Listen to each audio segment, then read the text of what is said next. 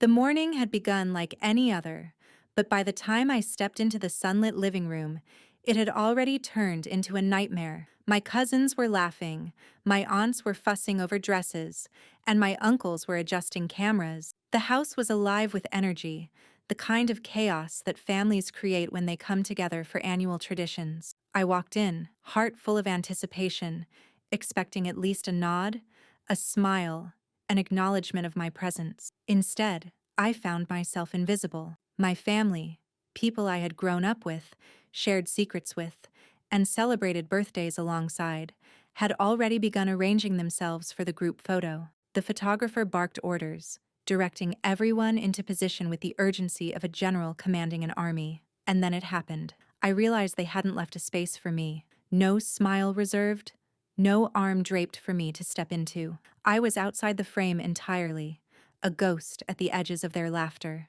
"Move over, Emily," my aunt called, adjusting her pearl necklace. "We need room for Uncle George." The words weren't meant to hurt, but they cut deeper than any insult could. I looked at my reflection in the window, the sunlight catching my eyes, and for the first time, I saw the outsider I had become. They weren't malicious, it wasn't that simple. It was something older, subtler, an unspoken hierarchy where I apparently did not belong. I forced a smile, pretending that it didn't matter, that I wasn't aching to be seen, to be included. But inside, a quiet fire began to burn. It was anger, yes, but it was sharper than that. It was determination, because being excluded was not going to be the story of my life. I wouldn't be the one left out, the one invisible, the one erased. If the family wanted to ignore me, I would find a way to make them notice. Not just notice, but remember. As the camera clicked, I stepped back, watching my cousins huddle together, everyone perfectly posed, perfectly coordinated, perfectly happy, and I wasn't in it. My chest tightened, a mix of humiliation and frustration making it hard to breathe. I turned away, pretending to adjust my dress, pretending that I wasn't seething. The photo shoot ended, laughter spilling out into the sunlit garden, and I quietly slipped out of the room, unnoticed, unremarked upon. I wandered into the study, the room quiet except for the faint hum of an old fan. I leaned against the desk, staring out at the garden where the family continued to celebrate. And then the thought struck me. If they wouldn't give me a place in the family photo, I would create my own frame. I would make a picture where I was not only included but impossible to ignore. And the stage for that picture was the city itself. That evening, while everyone gathered around the dinner table, I pulled out my laptop and began researching. I looked into local newspapers, magazines, and upcoming community events. I discovered a small, independent newspaper that often featured human interest stories and local personalities. Their motto caught my attention. "Every story deserves a spotlight." That was exactly what I needed. I would take the spotlight they refused me, and I would shine. The fire inside me burned brighter with each passing hour. I drafted emails, wrote letters, made calls, each attempt more polished, more persuasive than the last. I told my story, not as a complaint, but as a testament to resilience, visibility, and the desire to be seen. I highlighted my involvement in the community, my achievements, and my vision for making a difference. Every word was intentional, every sentence a calculated move in a plan that had been simmering for months. Days passed, and I began to doubt. Would anyone care? Would my story be dismissed, overlooked, or ignored, just like I had been in that family photo? But then, one afternoon, a reply came. A soft-spoken editor, curious about my initiative and my narrative, invited me to meet. It wasn't a guaranteed victory, but it was a crack in the wall of invisibility. I accepted immediately, my heart pounding with a mixture of nerves and anticipation. The meeting with the editor was surreal. He listened intently as I recounted the story of the family photo, of exclusion, of the quiet humiliation that lingered far longer than the laughter of the day. I could see him processing, connecting dots, imagining the piece that could be written. By the end of the conversation, he smiled and said, "I think the world should see this story, and I think you're exactly the person who needs to tell it." That night, I went home and stared at my reflection in the mirror. I no longer felt invisible. I felt potent, capable, and unstoppable. I had discovered something profound. Being excluded from their world didn't diminish me. It amplified my potential. I realized that life had a way of presenting setbacks as the first chapter of a far greater story. The family photo had been a small act, but it had sparked a fire that would ignite a citywide recognition I had never imagined. By the next morning, the draft article was written, polished, and submitted. I watched the sunlight filter through the blinds, feeling a thrill I hadn't known in years. The family may have ignored me, but the world would not. The photograph that had excluded me was no longer the center of my story. I would create a new image, one in which I was the protagonist, the hero, the face impossible to overlook. And as the newspaper editor called to confirm the publication date, I allowed myself the smallest smile. The moment of validation was approaching. The image of myself, finally seen, would no longer be determined by my family. It would be determined by my courage, my strategy, and my refusal to accept invisibility. That night, I stood by the window, looking at the city lights stretching endlessly beyond my apartment. Each light was a promise, each street a path to a future, where no one could exclude me again. I whispered to myself, softly but firmly, they may have left me out once, but I'm about to become the one everyone notices. And for the first time in years, I felt an exhilarating sense of control, power, and triumph. The morning the newspaper arrived, it felt heavier than usual. My hands trembled slightly as I picked it up from the doorstep, the ink-stained pages crackling under my fingers. I could feel my heart pounding in my chest, a mix of anticipation and terror. For months, I had meticulously crafted the story, every word calculated, every detail designed to highlight not my anger, but my resilience. And now, as the headline greeted me in bold black letters, I realized that the moment of reckoning had arrived. Excluded from family photo, woman finds spotlight in city newspaper. I flipped the pages, skimming at first, then slowing as my eyes devoured the article. The narrative was perfect, not petty, not vengeful, but powerful. It highlighted my achievements, my creativity, and my unwavering determination.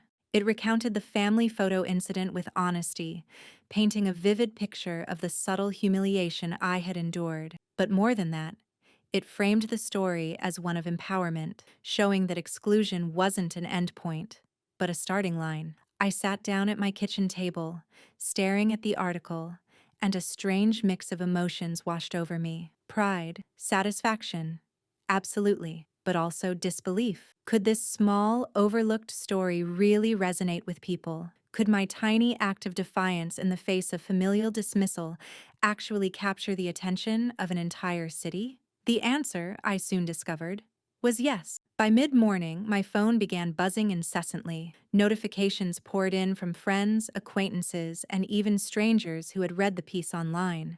Messages of support, admiration, and curiosity flooded in. Some shared their own stories of being overlooked or underestimated. Others expressed awe at the courage it had taken to speak openly about what many considered private or embarrassing. Each notification felt like a tiny victory, a confirmation that the fire I had started was spreading. Social media amplified the effect. The newspaper's website featured the article prominently, and within hours, it went viral. Comments poured in, celebrating my story, empathizing with my struggle, and sharing it with their networks. Local news outlets called, eager to cover follow-ups, interviews, and photos. The quiet woman who had been invisible in the corner of the family gathering was suddenly impossible to ignore. I felt a thrill unlike any I had experienced before. The intoxicating power of being seen, truly seen, by a world far larger than the one that had excluded me.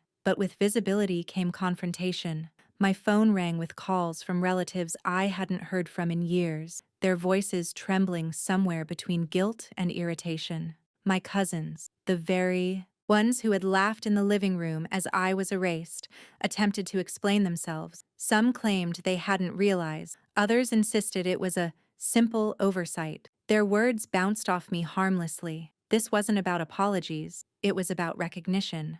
I had already claimed that, and nothing they could say would take it away. The most shocking call came from my aunt, her voice tight and strained. "I don't know how you managed this," she admitted. "I mean, everyone is talking about it. You You're everywhere. I didn't know you had it in you. I smiled, letting her words hang in the air. Neither did I replied softly, letting the weight of my calm assurance land. But apparently, I did. The following week, I was invited to speak on a local morning show. Sitting under the bright studio lights, I recounted my story with poise, humor, and grace.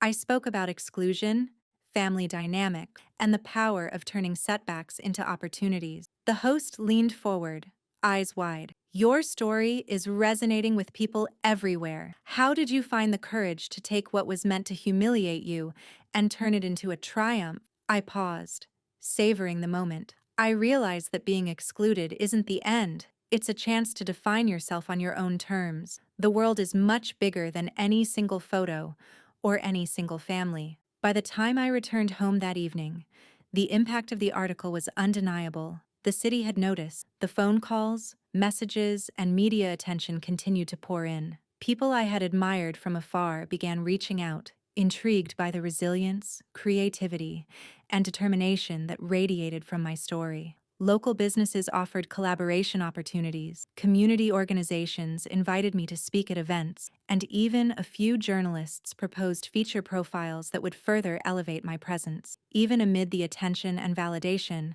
I remained grounded. The fire that had been lit on the day of the family photo continued to burn, fueled not by fame, but by a deeper understanding of my own strength. I knew this was only the beginning. Being featured in a newspaper, going viral, and receiving public acknowledgement was thrilling, but it was also a stepping stone. I had proven I could be seen. Now it was time to prove I could make a lasting impact. The family, of course, could not ignore it any longer. The day after the article's publication, relatives who had once laughed at me approached cautiously, their smiles tight, their apologies rehearsed. "We saw the article," my cousin whispered. We didn't realize how much you had accomplished." I nodded politely, my expression neutral, letting the weight of my success speak louder than any word. Inclusion, attention, or recognition from them was optional now. I had already claimed what truly mattered: visibility, respect, and the knowledge that I was capable of turning exclusion into opportunity. By the end of the week, the story had sparked a wider conversation about family dynamic, social exclusion, and personal empowerment. Editorial boards invited me to contribute opinion pieces, community centers asked me to lead workshops, and social media followers eagerly awaited updates on my journey. What had begun as a deeply personal humiliation had evolved into a public movement, a reminder that even the smallest act of exclusion could ignite a fire that changes lives. And as I sat late one night, reflecting on the whirlwind of attention and recognition, I realized the profound truth. Being excluded from that family photo did not define me. Instead, it revealed the depth of my ambition, the resilience of my spirit, and the courage that had always lain dormant. I had turned a moment of invisibility into a platform for visibility, a personal slight into a public triumph. And the best part? This was just the beginning. The momentum didn't slow.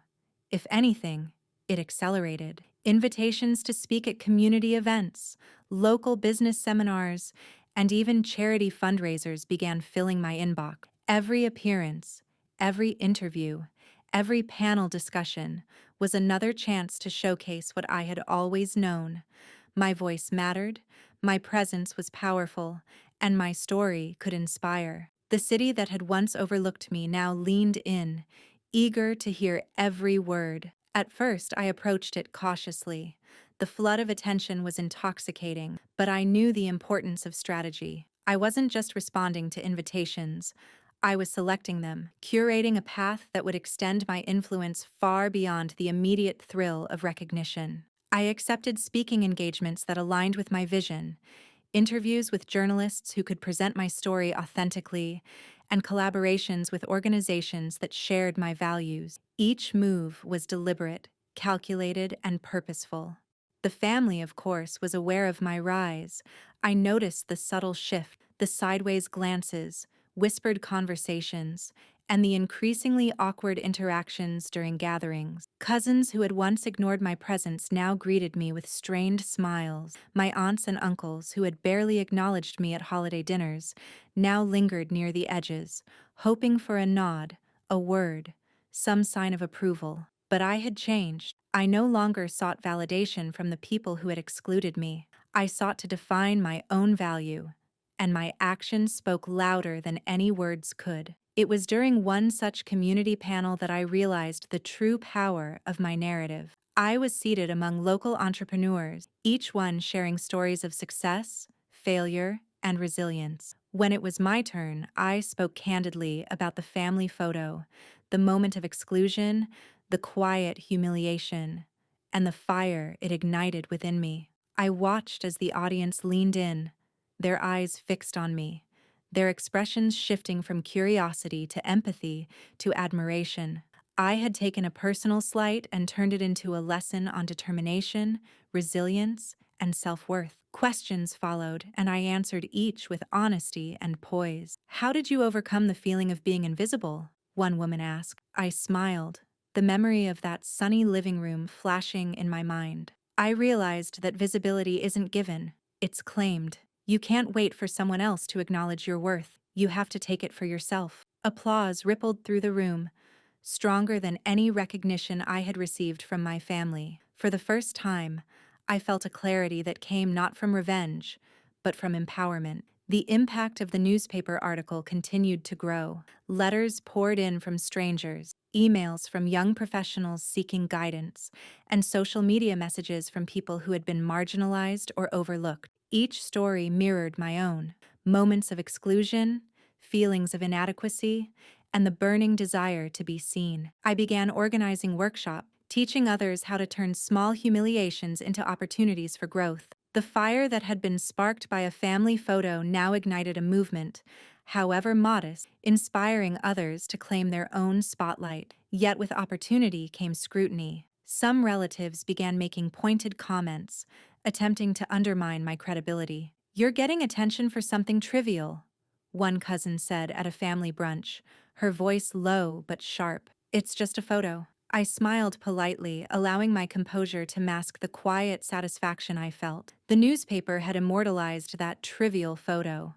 The world had turned what they saw as insignificant into a platform of influence. My response was simple: silence. Actions, after all, spoke far louder than any argument could. The family's attempts at subtle sabotage only fueled my determination. Invitations that had once been overlooked became opportunities to shine. Every panel, every interview, and every workshop reinforced the narrative I had built. Exclusion was not weakness, it was the spark that forged strength. And with each passing week, the city seemed to recognize the shift. Local leaders began consulting me, organizations sought my insight, and even media outlets requested follow-up stories. I had transformed a private slight into a public triumph, turning humiliation into a launchpad for influence. Then came the turning point. One morning, as I walked into a local cafe for a meeting with a small publishing house, I overheard two women at the next table discussing the article. Their voices, initially casual, grew increasingly animated. "Did you read it? The woman who was left out of her family photo. She's now speaking at city events, leading workshops, and collaborating with businesses. She's unstoppable." Their admiration was palpable, their awe undeniable. I allowed myself a quiet smile, realizing that the ripple effect of my story had spread far beyond what I had imagined. That evening, I reflected on how far I had come. The fire that had ignited on that living room floor had grown into a blaze I could no longer contain. I had taken control of the narrative, turned humiliation into triumph, and, most importantly, transformed visibility into influence. The family that had excluded me could no longer define my story. I had claimed the spotlight for myself, and in doing so, I had created a stage where others could find their own courage to shine. By the end of the month, the impact was undeniable. Workshops were filled to capacity, media coverage continued to expand, and invitations to speak and collaborate poured in from beyond the city. Each achievement, each recognition, reinforced a truth I had long suspected but never fully realized. The smallest act of exclusion could ignite a chain reaction of empowerment, resilience, and influence, and I had become the catalyst. As I sat late one night, reviewing emails from aspiring professionals who credited my story with inspiring their own actions, I felt a deep, abiding sense of purpose. The family photo that had once symbolized rejection and invisibility had become the very instrument of my ascendance. I realized finally that the power of a story isn't in the act that sparks it, but in the courage and strategy used to carry it forward. I had taken what was meant to diminish me and used it to elevate myself, and in the process,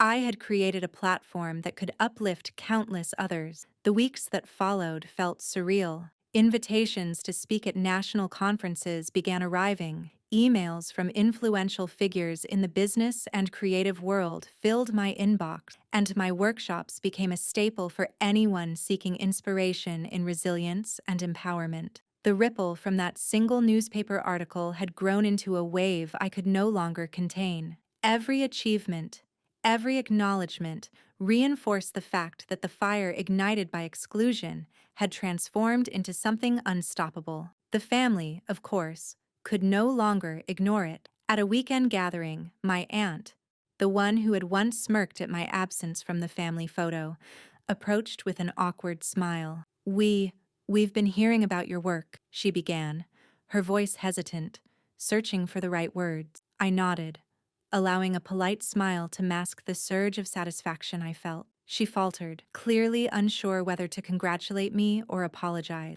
I simply said, "Thank you. It's been a journey." That simple phrase carried the weight of years of exclusion, struggle, and quiet determination. The cousins who had once laughed now looked on with a mixture of awe and embarrassment. One whispered, barely audible to another, "I can't believe how far she's come. She's unstoppable." Their whispered admiration stung in the sweetest way, proof that the narrative had shifted entirely. Where once I had been invisible, now I was the center of attention, the measure of success, the example of what resilience could accomplish. The city began recognizing me in unexpected ways. Local news stations requested interviews, community organizations invited me to mentor young professionals, and the workshops I led expanded into multiple cities. Each speaking engagement reinforced my message. Exclusion is not failure. It is an opportunity to rise. People shared their own stories of marginalization, drawing inspiration from my journey. Every story, every grateful message reminded me that my triumph was not only personal, but also profoundly communal. Then came the moment of ultimate vindication. A prominent city magazine contacted me to feature a special story on individuals who transformed adversity into opportunity. The feature would highlight not only my rise from exclusion, but also the tangible impact I had created through my workshops and mentorship programs. Sitting with the photographer and journalist, recounting every detail of the family photo incident, I felt a calm clarity. I was no longer reacting emotionally. I was narrating history, my history, and it was being immortalized for the world to see. The article went live with a striking photograph, me, poised and confident, the backdrop a city skyline that mirrored the scope of the journey I had undertaken. The headline boldly proclaimed, "From excluded to empowered, how one woman turned humiliation into influence." Friends, colleagues, and even strangers reached out with admiration. The family could no longer dismiss or minimize my achievements. Their whispers had transformed into wide-eyed acknowledgement, their casual smirks replaced by recognition and, in some cases, envy. A few days later, during a public workshop, I encountered a surprising moment of reconciliation. A young woman approached me, timid but determined, and whispered, "I read about your story, the family photo, the newspaper, everything. I wanted to tell you, I admire how you turned something so painful into such strength." I smiled warmly. "Thank you. That's exactly why I share it, so others know they can rise too." Her eyes shimmered with tears, a reflection of the countless individuals whose lives I had begun to touch. Even as accolades and recognition continued to accumulate, I remained focused on the deeper lesson. This triumph was not about revenge, nor was it about proving my family wrong. It was about seizing control of my narrative and using it to uplift myself and others. The photograph that had once symbolized exclusion had become a symbol of empowerment, a reminder that even the smallest slight could ignite a fire strong enough to change lives. Eventually, the family attempted to reach out more formally, sending messages of apology and invitations to reconnect. I acknowledged them politely, but my focus had shifted far beyond seeking validation from those who had once dismissed me. My achievements, my workshops, my growing influence, they spoke louder than any apology ever could. I had become a person whose worth was self-defined, whose narrative was authored by my own hand, and whose presence could no longer be ignored. Standing at a speaking engagement months later, looking out at a room filled with eager faces, I reflected on the journey, the exclusion, the ridicule, the pain. They had all been catalysts, not obstacles. That family photo, once a symbol of humiliation, had become the seed of my transformation. The audience, captivated and inspired, was a living testament to the fact that being overlooked is not the end of the story. It is the beginning of the chapter you write for yourself. And in that moment, I realized the ultimate truth. Triumph is not measured by who includes or excludes you, but by how you respond, by how you rise, and by the legacy you create. I had been left out of one photograph, but I had become the centerpiece of countless lives, a beacon of resilience, and a living proof that ordinary moments of dismissal can be transformed into extraordinary legacies.